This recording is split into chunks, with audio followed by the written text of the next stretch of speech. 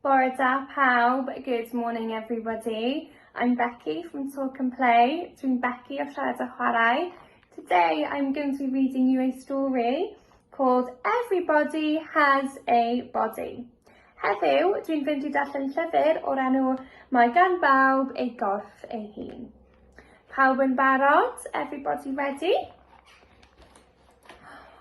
Everybody has a body. Mae gan bawb ei gorff ei hun.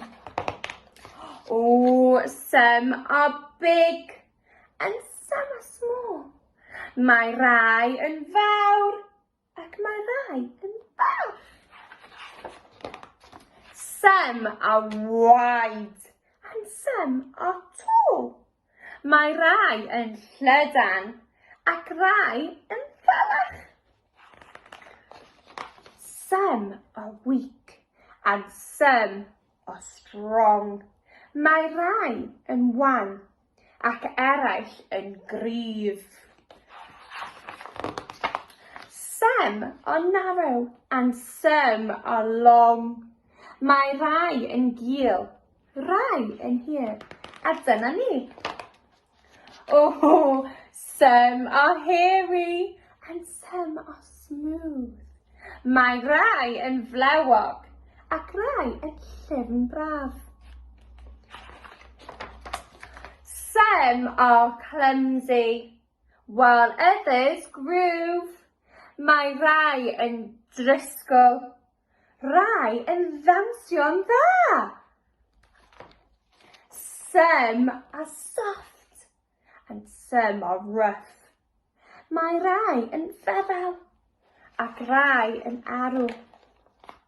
Some are bendy and some are tough. Mae rai yn hyblyg a rai'n gryf fel tarw. Some are old and some are new. Mae rai yn hen, mae rai newydd i'w cael.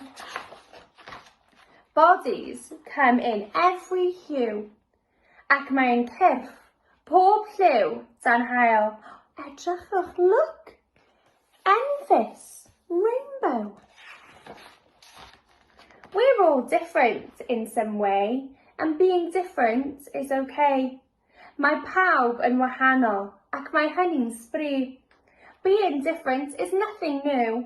It makes us special and makes you, you. Bydde di dy hun, achos ti yw ti. You are you. T yw ti. You're like nobody else. Being yourself is beautiful, and you are the perfect you.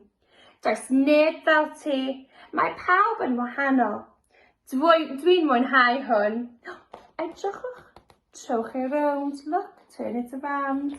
Oh, dwi'n benni lawr. I'm upside down.